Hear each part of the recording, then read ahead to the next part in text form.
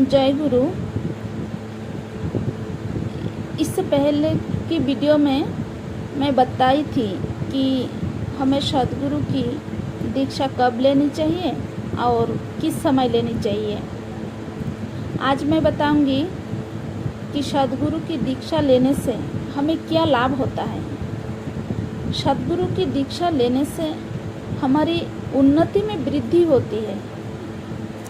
श्री ठाकुर जी ने कहा, सबसे पहले सद्गुरु के शरणपन्न हो जाओ और सतनाम मनन करो, सत्संग के आश्रय ग्रहण करो। मैं निश्चय कहता हूँ, तुम्हें अपने उन्नयन के लिए कभी सोचना नहीं पड़ेगा। जब हम सद्गुरु की दीक्षा लेते हैं तो हमें एक मंत्र मिलता है। उस मंत्र को बीज मंत्र कहा जाता है।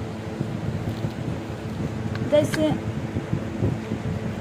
और वो बीज मंत्र किस प्रकार कार्य करता है। जैसे एक बीज को अगर मिट्टी में डाल दिया जाए तो दोनों तरह से उसकी विकास होता है। जैसे एक भीतरी विकास और एक ऊपरी विकास यानी बाहरी विकास। और जब भी उस बीज पर अगर हम मिट्टी में डालते हैं तो जब भी उस बीज पर पानी डालते हैं या वर्षा का पानी उस बीज पर पड़ेगा तो कभी ना कभी उस बीज से अंकुरित होगा और उस छोटा सा पौधा जब बड़ा सा पेड़ बन जाएगा तब उस पेड़ से हमें फूल मिलता है, फल मिलता है और हमें छांव भी मिलता है। तो सोचने वाली बात यह है कि अगर एक वृक्ष अगर हम मनुष्य को इतना कुछ देता है जिससे हमें इतना आनंद मिलती है, तो सोचिए अगर एक मनुष्य सद दीक्षा में दीक्षित होते हैं तो इसी प्रकार हमारे अंदर भी दोनों तरीके का विकास होता है। सद दीक्षा से हमें दक्षता प्राप्त होती है, यानी हमें कोई भी कार्य करने की क्षमता प्राप्त होती है।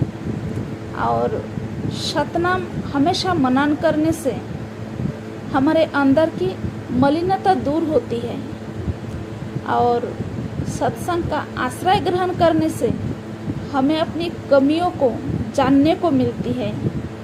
क्योंकि सत्संग एक दर्पण है और सत्संग रूपी दर्पण के सामने जब हम आते हैं तब हम अपने आप को सुधारने की चेष्टा करते हैं और यही अम्लन चेष्टा ही हमें मुक्ति की ओर ले जाता है। इसलिए श्री ठाकुर जी की जो वाणियाँ हैं बहुत सरल एवं सुंदर है।